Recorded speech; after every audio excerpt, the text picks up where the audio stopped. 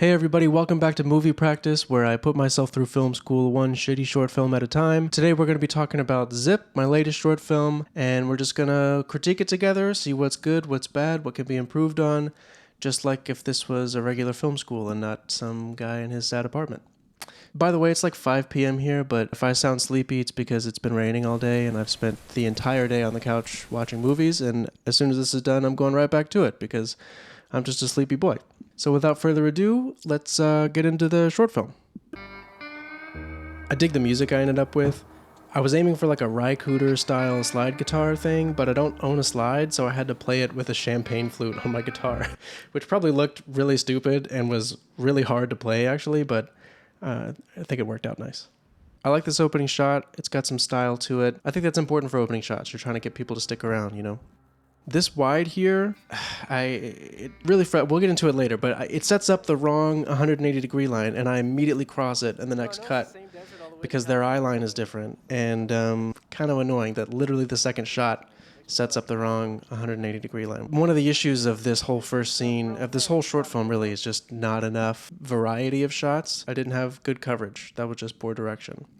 Another bit of poor direction here is just that the framing is all over the place. Sometimes we're in the middle of the frame, sometimes left, sometimes right. Your eyes bouncing around willy-nilly, and there's no reasoning behind it, which is really poor direction. Then we cut over here, and again, I have two mediums and a wide, and I'm cutting the whole scene from that. I didn't have any closes, no over-the-shoulders, no variety in the coverage at all. Also, in this second half of the scene where we actually start the shootout, all the dialogue is ADR, all recorded later, because the audio that I was dealing with was absolutely terrible. I'm so proud of her acting here. This is my girlfriend. She's not an actress, but she gives her little gestures are so cute, which is perfect because if she just comes across like a total asshole, then it's not a cute ending. You want to root for them. So this should be lighthearted and playful. So her delivery of like these like little shrugs and like the shake of her head is just really cute, really sells this dynamic, I think. We're fighting, but this is playful. It works really well. So there it is. I think it's funny. I think it's absurd and weird and cute. I think there's a lot of filmmaking that needs to be improved on, though, and we'll get to that now. So let's talk about the direction first. Number one critique for myself is get more shots. This is my first short film covering a dialogue scene, and so I knew coverage was important, but I also was working on a really tight schedule, trying to finish before 2 o'clock in the afternoon so we could drive back to Austin from Marfa. And I just didn't give myself enough time to get the coverage that I needed, because once I got to the edit, it was really hard to keep the tone and the pace of the scene without a wide to cut to, or a close, or a medium, and an over-the-shoulder, and just, you know. In the first scene, everything plays in singles. There's 2 mediums and 2 close-ups. The close-up on me you only get for 1 shot. The close-up on her we get a little bit of, though. But there's no wide. The only, like, over-the-shoulder kind of is like a low angle on her, and I only got that for the one line that I needed it for. And I wish I just would have stayed there long enough and, like, played out the whole scene there once just to get enough footage to use. The only other wide in that first scene is the establishing shot of us in the road, and I walk around the car, and it sets up the wrong 180 degree line because I walk off camera left, and that sets up the 180 degree line with the camera on the side of the road, which would mean that my eye line to her should be going from left to right, and her eye line to me should be going from right to left.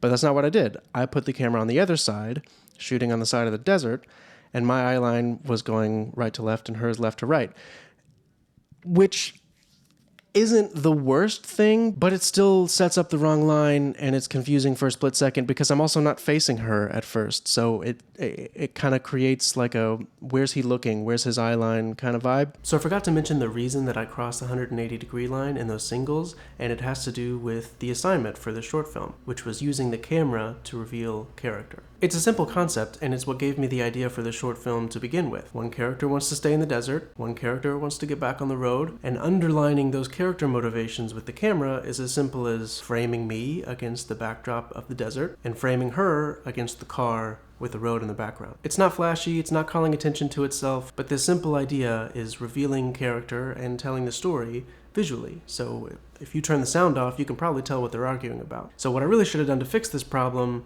was shoot a different wide establishing shot where I cross completely in front of frame and exit camera right, and that would set up the correct eye line and wouldn't cross the 180 degree. The other bad piece of direction is just really poor framing in the whole thing, and there's no rhyme or reason as to why we are where we are when we are. Except for one shot where I move from left to right, I kind of step down the hill because I'm addressing her, I'm apologizing. The power dynamic shifts in the scene at that shot, so that was intentional where I moved, but nothing was consistent. If I just picked one and stuck with it, it would have been fine, but that we're moving around and it means nothing is stupid. Now let's move on to audio. Audio was a shit show. I bought some lavalier microphones for the first time for this shoot. I tested them a little bit. We took them out there and they didn't work. And I sat there troubleshooting for a little while, but I just decided, like, if I'm going to sit here and fidget with these microphones, I'm not going to get any footage. Might as well get the footage. So I ended up just using the shotgun that's on the camera, but I didn't have a windsock. And we're out in the desert and there's wind blowing and there's road noise and it picks up the crunching of my feet.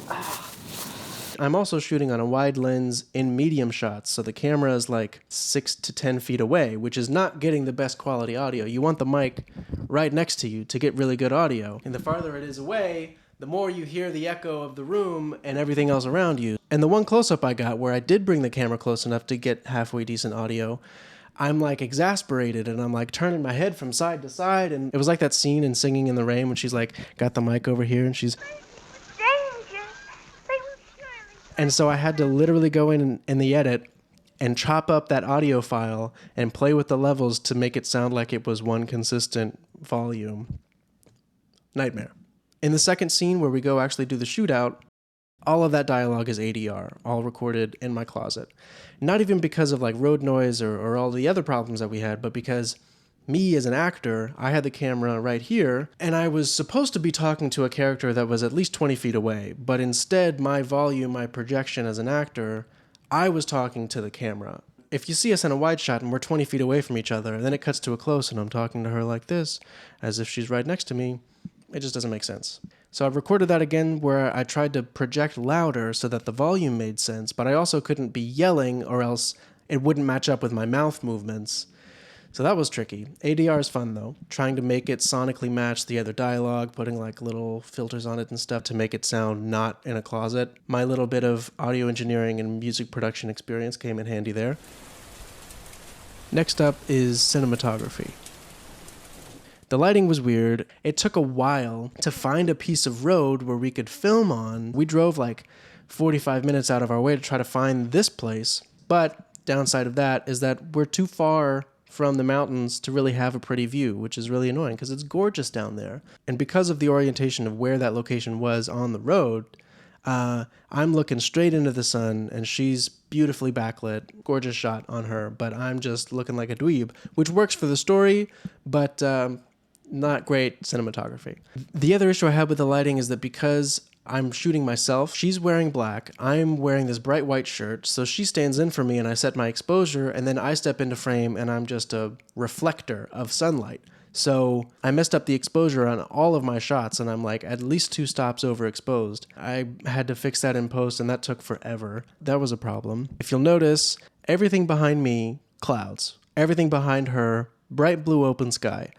We recorded those 2 shots within 10 minutes of each other. That's just how the sky looked that day, which is really annoying. If I knew anything about After Effects, maybe I could have gone in and just put in a different sky behind me, but I didn't want to fuck with that. I needed to get this one out and done with. I'd spent too much time on it already. The last thing I want to talk about is the acting. And this is something that I've been running into a lot recently. When you're learning how to be a filmmaker, you can practice almost every aspect of filmmaking totally on your own.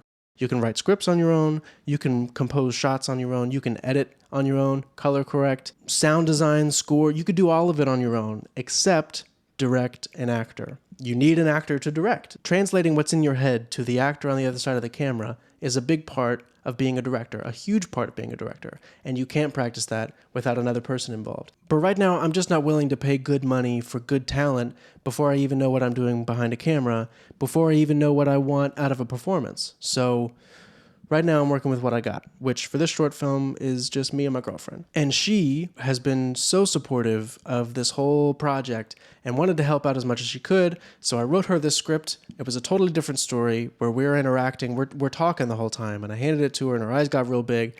And she just gets really nervous about delivering dialogue and being in front of a camera in general, which is totally understandable. It's a really nerve-wracking thing. So I slashed the dialogue. I was like, what if she just had one line? I think I'm cold. And then zipped her lips and didn't say anything the rest of the story, which was a whole new concept, and it turned out way better than the original idea anyway. So that really worked out, and she did a really great job. Like, her gestures and stuff are just so cute. She's great. The other actor that I have at my disposal is myself. And the thing is, though, it is hard to direct yourself. And I particularly did a poor job of it during this short film. I just didn't give myself time to be an actor. I didn't take the director hat off. I kept overanalyzing everything, and I was never fully in the scene. I was always going through direction in my head as I was trying to deliver lines. It would be much easier to hire real actors, but part of this project is to do things as cheap as possible, like a real DIY school project, you know? And right now, I don't know any actors. And with my very limited experience, I am the best actor that I can afford for $0. So if I'm going to continue acting in my own shorts, one of my biggest takeaways from this was just to turn the director brain off, to be in the scene and do a few takes before putting the director hat back on and going back behind the camera to see how bad I was. So all in all, it was a good experience, and I've got a lot of stuff to grow from here. I learned a ton during this process, which I consider a win. What is also a win is that I think it's a cute short and it's entertaining, and that's the point at the end of the day, to get you to watch it. And if you watched it and you liked it, then there it is. It's done, you know? There's a lot of filmmaking lessons to learn here, and I'm taking those to heart. So tune in next time to see if I actually learned my lesson.